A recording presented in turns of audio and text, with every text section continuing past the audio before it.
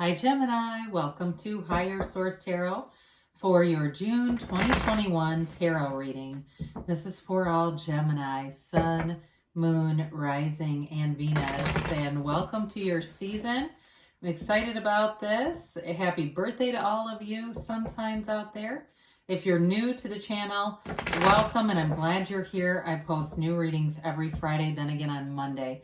So if a reading doesn't resonate, you can check back in a couple of days and watch a different reading, watch a different part of your chart, or even look around on Mondays because the format is different every Monday. It's a different style of reading from week to week. And thanks to everybody for subscribing, hitting that like button, and just watching the readings. I appreciate that.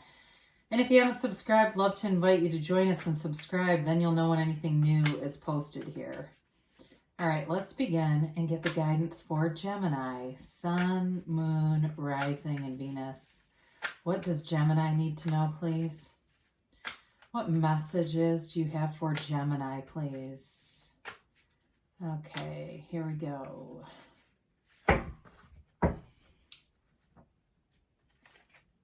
We'll begin here with the tarot, and then we'll have the angel answers oracle cards too. Dear Lord. You know, I'm going to leave that out as a clarifier. It didn't seem to want to come along. So, what are we doing here? Okay, sorry. Okay, sorry, dear. All right, current situation, you've got the 10 of Cups.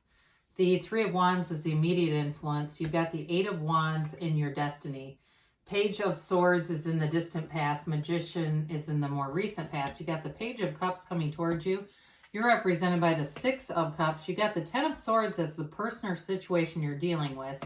The Sun is in, oh God, that's beautiful. The Sun is in your hopes and fears. 2 of Cups in the outcome. Now the bottom 2 on the deck, interesting. You've got the Lovers and the 5 of Pentacles. So the card that didn't want to come along for the ride was the 7 of Cups.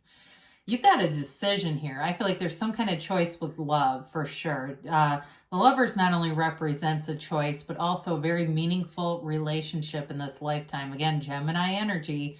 So I like to see that showing up in your reading. It's a very powerful reading. I feel like some of you, you're going to leave somebody behind. I hate to say that, but I see an ending, but there's a beautiful beginning. You know, there is reconciliation possible here, but I just feel like this, it feels more new to me. The 5 of Pentacles is you walking away from a situation, you walking away from something that doesn't serve you, but you haven't lost everything. It's a decision. You're making a decision here. The 7 of Cups offers a number of different options, so you don't have a shortage. There's no lack here.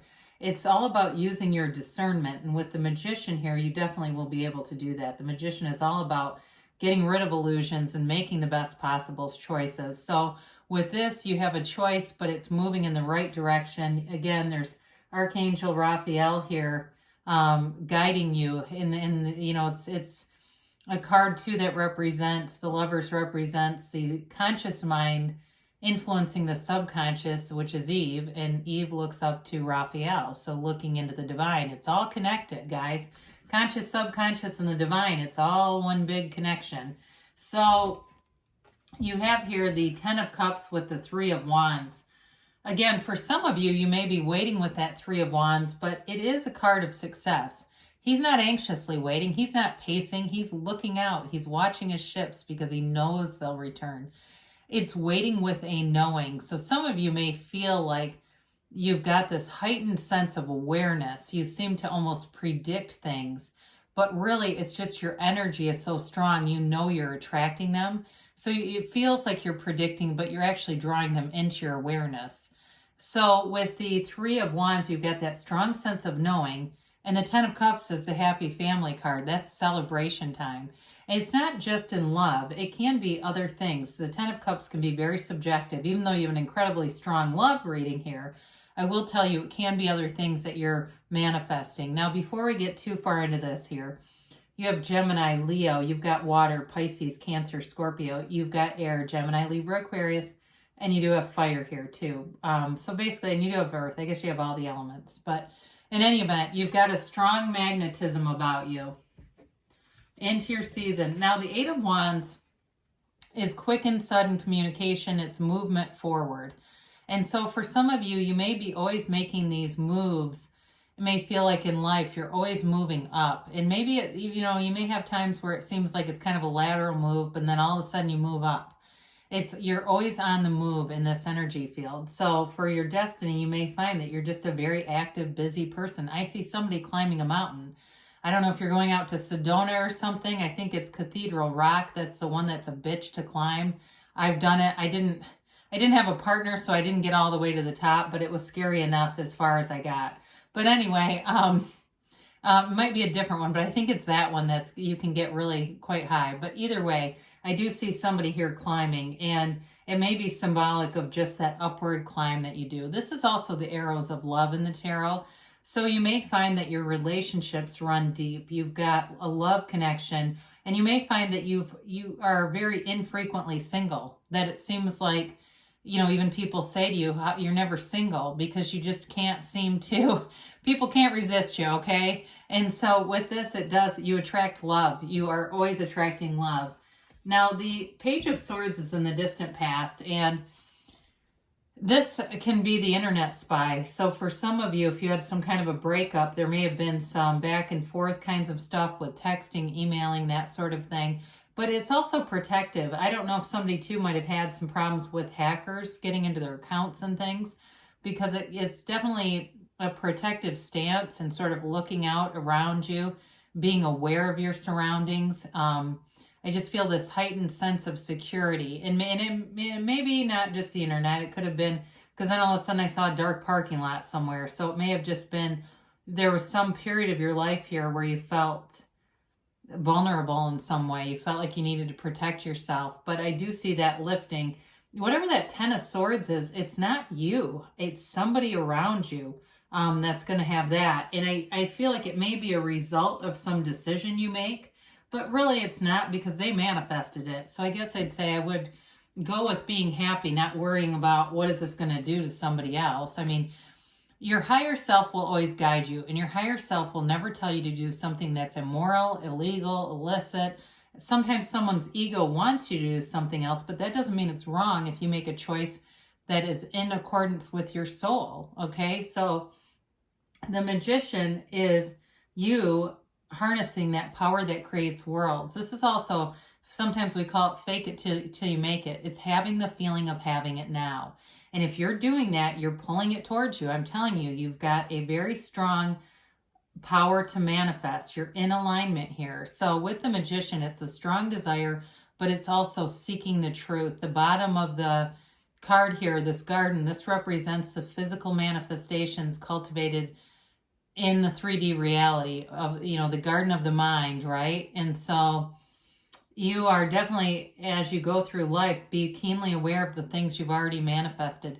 This is transformative energy, and it's the energy that we all can harness or bring into our lives. It's just a matter of practicing it. So you may find that you, in the more recent past, you were really on point here in terms of it just seemed like things were in flow all around you.